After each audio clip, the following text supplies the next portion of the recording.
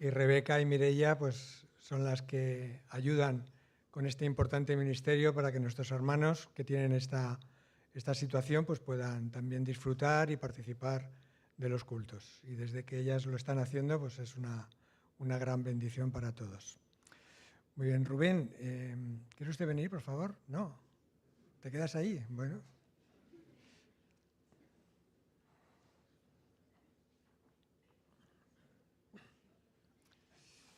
Bueno, Rubén es uno de la iglesia.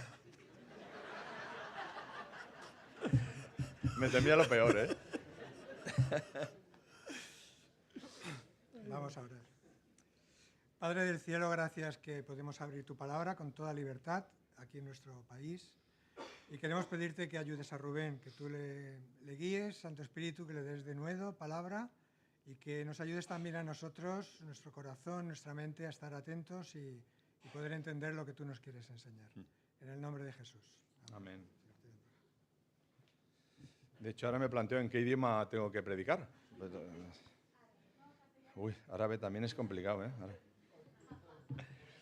Gracias David y Susana y todo el equipo de traducción y también a Rebeca y a Mireia, porque al final lo que intentamos es que todo el mundo pueda entender el mensaje que estamos dando aquí, ¿no? Quisiera que abrierais vuestras Biblias en Génesis. Como decía Marcos, vamos a seguir hablando de Abraham.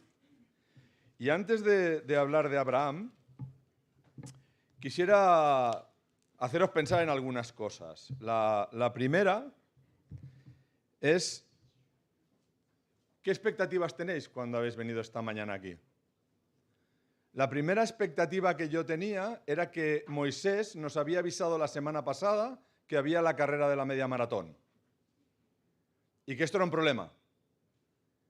Y fijaros, hemos cambiado la ruta que hacemos en casa todos los días hemos dado una vuelta enorme, pero enorme, para llegar por la C60 y, bueno, hacer esto Mataró, Granollers, cuando nosotros tenemos una carreterita que nos trae directamente, ¿no? Pero no nos ha molestado porque ya teníamos la expectativa de que esto iba a pasar. Fijaos si es importante el concepto de las expectativas, que cuando yo era niño, esto supongo que Mónica nos lo podría ratificar, pero cuando yo era niño y tú vas al médico y había un tema importante de salud, lo que los médicos te decían era un mensaje positivo. Vamos a hacer lo que podamos, esto tiene una... Y ahora los mensajes que nos dan los médicos cuando hay una enfermedad grave es un mensaje neutro que no genere expectativas. Porque si a ti te parece que lo que te dice el médico es que no te preocupes, que te vas a curar, cuando la cosa no vaya tan bien como tú esperas, vas a defraudarte. ¿Sabéis por qué pasa esto? Es más sencillo. El viernes por la tarde somos más felices que el domingo por la tarde. Hombre, pero el viernes por la tarde es un día de trabajo y el domingo por la tarde no. Pero nuestro cerebro está adelantando el futuro. Nuestro cerebro está diciendo, hoy es viernes y en cuanto esto se acabe, fin de semana. Pero el domingo, cuando lleguemos después de comer, diremos, mañana trabajo. Bueno, mañana trabajo. ¿Eh? Más pena. Bueno, pues vamos a hablar un poco de expectativas. Porque lo que hoy pasa en esta historia que vamos a leer es algo de expectativas. Vamos a leer en Génesis en el capítulo 12 y vamos a empezar a leer en el versículo 10, que es el texto que me han encomendado, ¿vale? Hubo entonces, perdón, voy a leer en la nueva versión de la Reina Valera. Es la 2020, es la Reina verdadera, pero ya la guay, la más guay. 2020. Hubo entonces hambre en la tierra y descendió Abraham a Egipto para vivir allí porque era mucha el hambre en la tierra. Y aconteció que cuando estaba próximo a entrar en Egipto, dijo a Sarai su mujer, sé que eres una mujer muy bella. En cuanto te vean los egipcios dirán, es su mujer. Entonces me matarán a mí y a ti te dejarán con vida. Di pues que eres mi hermana, para que me traten bien por consideración a ti, y también gracias a ti pueda salvar mi vida.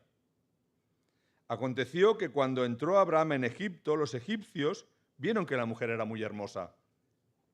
También la vieron los príncipes de Faraón, quienes la alabaron delante de él. Fue llevada a la mujer a casa de Faraón. Este, por causa de ella, trató bien a Abraham, que tuvo ovejas, vacas, asnos, criadas, asnas y camellas.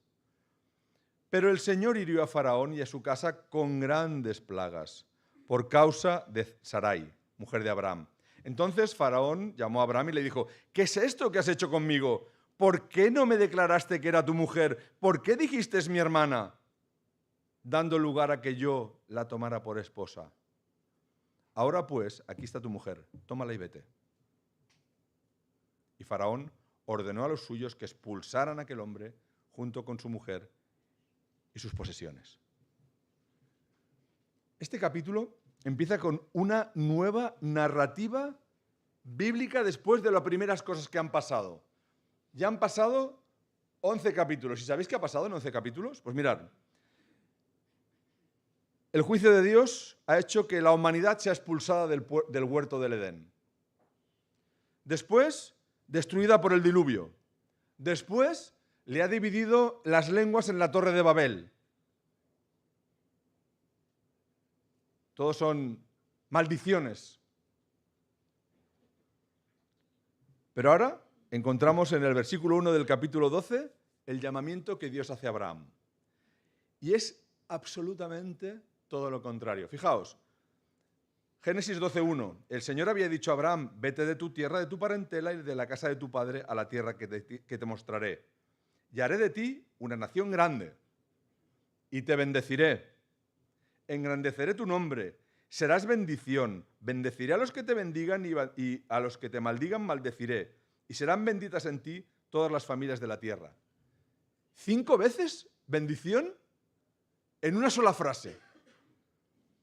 Serás bendito tú, las familias, si bendices a alguien lo bendeciré. Todo es una cosa buena. Después de tanta desgracia. El Señor le había dicho a Abraham: vete de tu tierra, de tu parentela, de la casa de tu padre, a la tierra que yo te mostraré. Y haré de ti una nación grande. Y esta es una promesa y una bendición muy grande, porque Abraham era anciano y tenía una mujer estéril. Pero haré de ti una nación grande. Te bendeciré. Dejas la casa de tu padre, pero mira, lo que voy a hacer es darte una bendición paterna. Yo te bendeciré, yo voy a ser tu padre. Engrandeceré tu nombre. Era muy importante. Todavía en los pueblos pequeñitos la gente recuerda, y veis mucho K no sé qué, ¿verdad? Que ese apellido, esto que tal, te recuerda a tu familia. Ser de una familia te puede honrar o deshonrar, porque eres alguien de una saga, ¿no? Pues entonces Dios le había dicho: te voy a sacar, pero donde vayas, engrandeceré tu nombre. Contigo empezará una nueva saga. Serás bendición. Dice Matthew Henry, es como decirle a Abraham: tu felicidad será un modelo de felicidad. Bendeciré a los que te bendigan, maldeciré a los que te maldigan. Yo soy tu aliado, Abraham. Tú y yo vamos juntos en esto. No estás solo. Y serán benditas en ti todas las familias de la tierra. Esto es tan grande que apunta al Mesías. Gracias a ti, todo el mundo será bendito. Gracias a Abraham, hoy nosotros somos bendecidos. Este es el hombre que parte de viaje a encontrar el lugar donde Dios quiere que vaya. Después de esto, realmente espectacular, ¿qué os parece que puede pasar? Algo bueno. Algo bueno. Cuando tu padre te ha dicho en tu casa: mira, hijo, te vas, pero no te preocupes, yo te cuido, va a pasar algo bueno. Pero llega a una tierra poblada por cananeos, un pueblo arisco. No eran buenos vecinos. La tierra estaba ocupada. No podían tomar posesión. No podían asentarse allí. Y ahora además llega una hambruna. Yo no sé lo que pensaría Abraham. Yo quizá diría, Señor, esto aquí algo no, algo no me cuadra, ¿eh? Eh, estas cosas son raras. Y pensando en esto, me parece que la primera conclusión de esta mañana es que algunas veces estamos en el camino correcto, el camino que Dios quiere para nosotros, aunque este camino esté lleno de dificultades.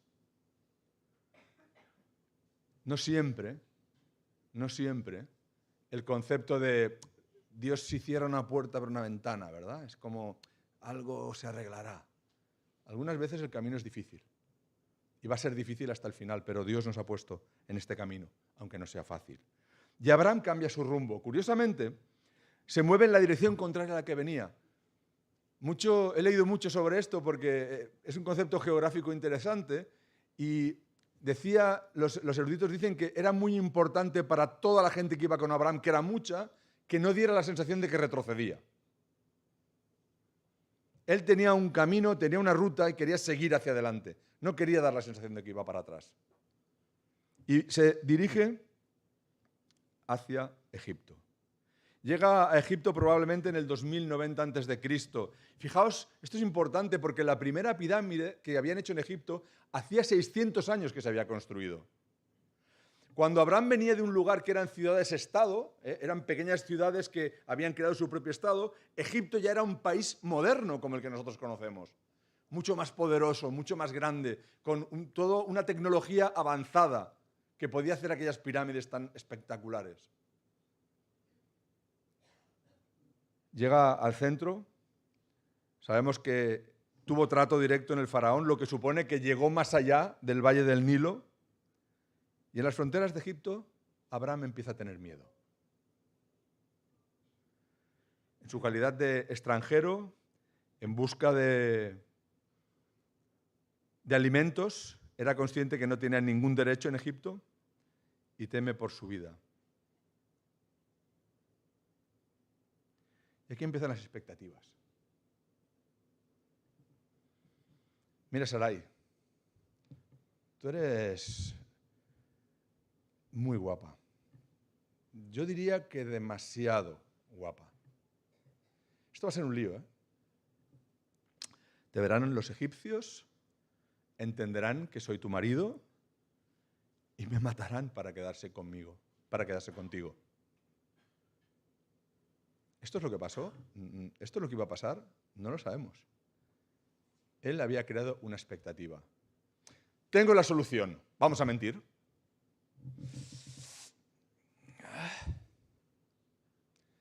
Hay algunos bonachones, algunos quizá estáis aquí, que sabéis, porque tenéis conceptos bíblicos, que Sarai y Abraham eran hermanastros.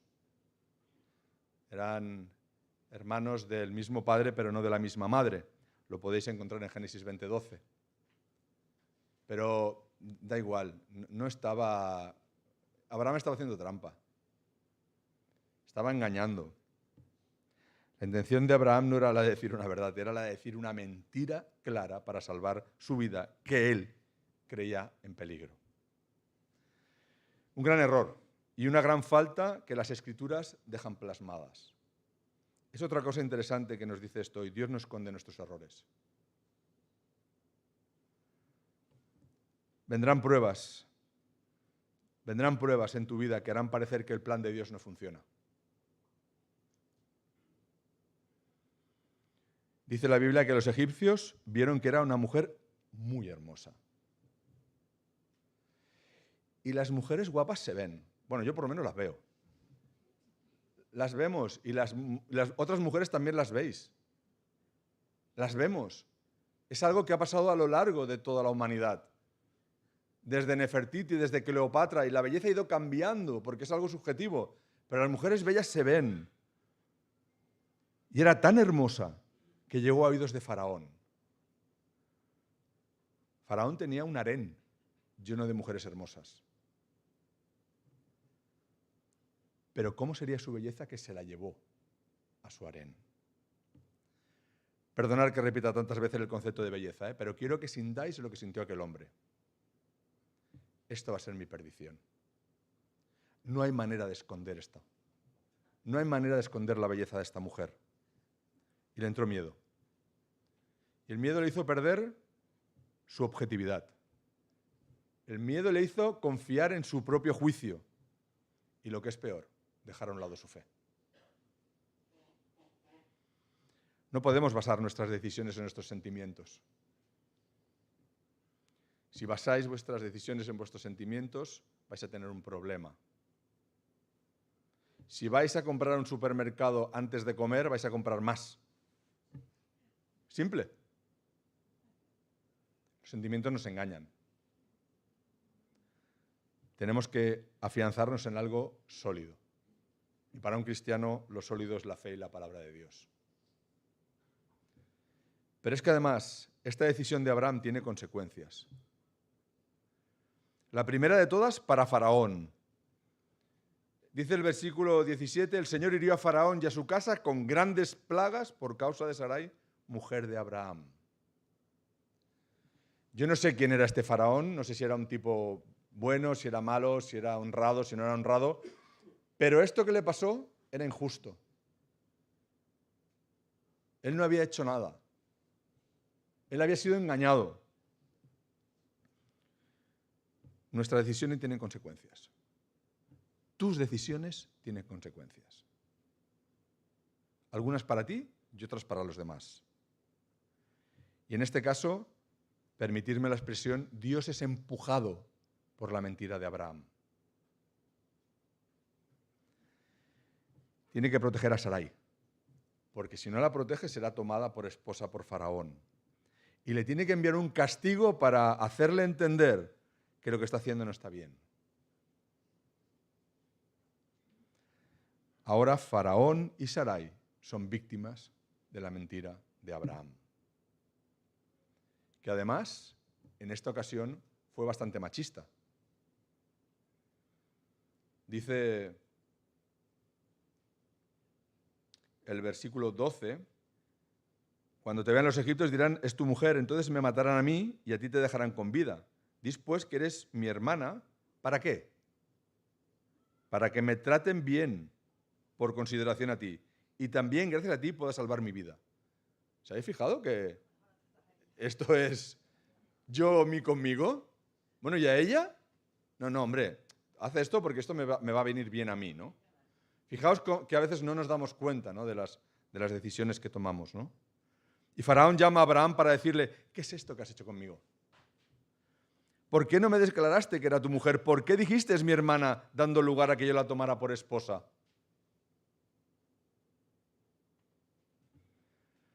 Afortunadamente, Abraham es un tipo listo y aprende la lección.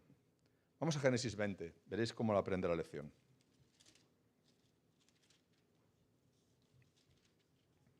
Dice de Génesis 20, Abraham partió del lugar donde estaba hacia la tierra del Negev, acampó entre Cades y Shut, habitó como forastero en Gerar. Allí Abraham decía de Sara su mujer, es mi hermana. Entonces Abimelech, rey de Gerar, envió por Sara y la tomó. Pero Dios vino a Abimelech en sueños de noche y le dijo, vas a morir a causa de la mujer que has tomado, porque ella es una mujer casada. ¿De verdad, Abraham? Tío, ¿no has entendido nada? ¿No has entendido nada? Si tenemos la oportunidad de leer la historia total de Abraham y la leemos solo en positivo, tengo que deciros que este hombre es una de las piezas más importantes de la Biblia. Es tan importante, que lo encontraremos como el hombre que fue llamado amigo de Dios. Encontraremos al padre de las 3 religiones monoteístas de toda la historia de la humanidad. Es el padre de cristianos, es el padre de judíos y el padre de musulmanes. Encontraremos a uno de los ejemplos más grandes de la fe. Y todos recordáis la historia de Isaac, cuando había que sacrificarlo. Pero si lo leemos en negativo, encontraremos a este mentiroso compulsivo que no fue capaz de cambiar su comportamiento después de ver lo que había provocado la primera vez. Los cristianos somos 2 en 1. 2 en 1. Los que estamos cerca de Dios y los que estamos lejos de Dios. Todos somos cristianos. La vida nos funciona según la distancia a la que estamos de Dios. Más lejos estamos de Dios, peor nos funciona la vida. Cuando nosotros crecemos, Dios mengua.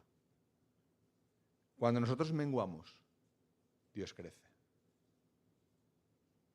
Y nos lo deja a nosotros, nos deja decidir a nosotros. Dios es inamovible, su fe, su fidelidad, siempre está en el mismo sitio. Somos nosotros los que nos vamos moviendo.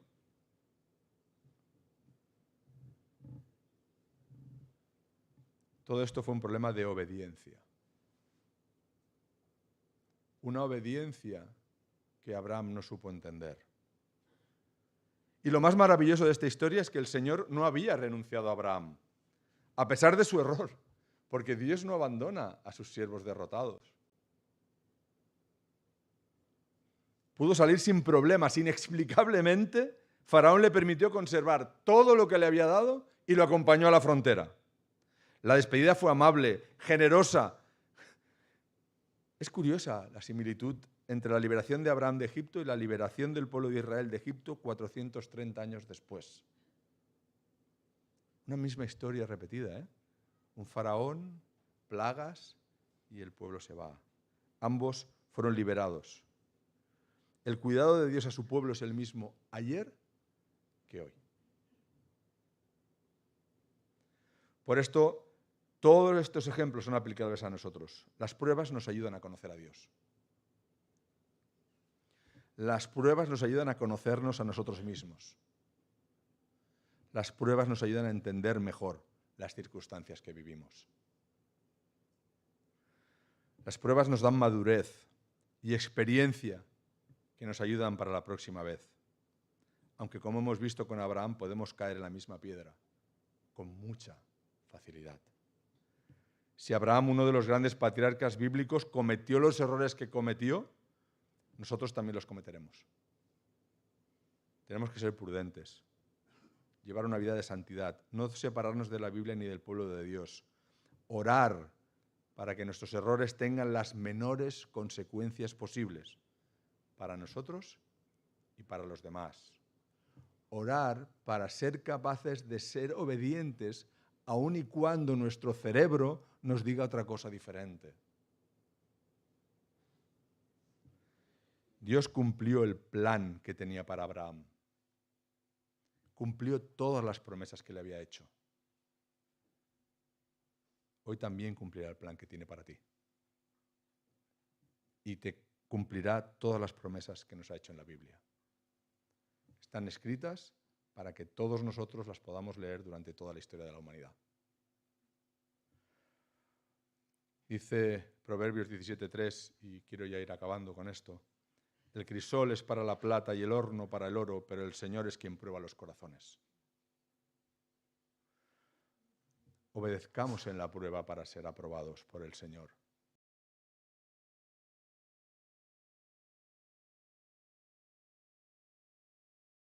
Sabiduría de vuestra propia opinión, filtrar todo aquello que hacéis delante de la palabra de Dios, para que hagáis lo que hagáis, seáis obedientes a lo que el Señor quiere para nosotros, porque Él cumplirá su plan.